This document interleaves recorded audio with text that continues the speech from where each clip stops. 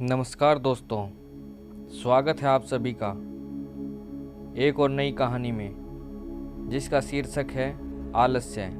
तो आइए शुरू करते हैं आज की कहानी। एक बार की बात है, एक गांव में एक धनी व्यक्ति रहता था।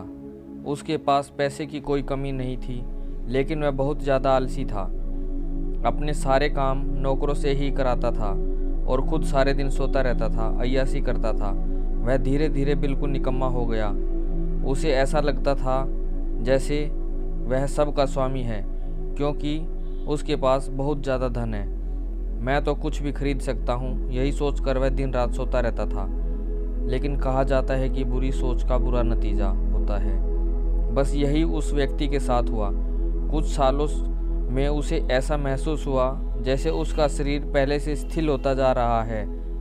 उसे हाथ पैर हिलाने में भी तकलीफ होने लगी। यह देखकर वह व्यक्ति बहुत परेशान हुआ। उसके पास बहुत पैसा था। उसने शहर से बड़े बड़े डॉक्टर को बुलाया और खूब पैसा खर्च किया, लेकिन उसका शरीर ठीक नहीं हो पाया। वह बहुत दुखी रहने लगा। एक बार उस गांव से एक साधु गुजर रहे थे। उन्होंने उस व्यक्ति की बीमारी के बारे में सुना, सो उन्होंने सेठ के नौकरों से कहा कि उसकी बीमारी का इलाज कर सकता है। यह सुनकर नौकर सेठ के पास गया और साधु के बारे में सब कुछ बताया।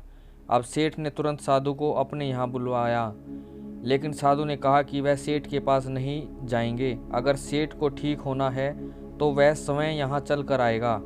सेठ बहुत परेशान हो गया, क्योंकि वो असहाय था और चल फिर नहीं पाता था।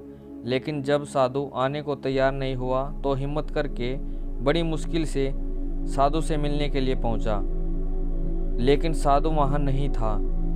सेठ दुखी मन से वापस आ गया। अब तो रोजाना का नियम यही हो गया। साधु रोज उसे बुलाते, लेकिन जब सेठ आता तो कोई मिलता ही नहीं था। ऐसा करते करते 3 महीने गुजर गए। अब सेठ को लगने लगा जैसे वह ठीक होता जा रहा है। उसके हाथ पैर धीरे धीरे काम करने लगे हैं। अब सेठ की समझ में सारी बात आ गई कि साधु रोज उससे क्यों नहीं मिलते थे।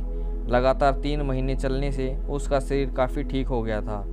तब साधु ने सेठ को बताया कि बेटा, जीवन में कितना भी धन कमा लो, लेकिन स्वस्थ शरीर से बड़ा कोई धन नहीं हो सकता। यही बात हमारे दैनिक जीवन पर भी लागू होती है। पैसा कितना भी कमा लो, लेकिन स्वस्थ शरीर से बढ़कर कोई पूंजी नहीं होती। कहानी आपको अच्छी लगी हो तो लाइक कीजिए, चैनल को सब्सक्राइब कीजिए। धन्यवाद।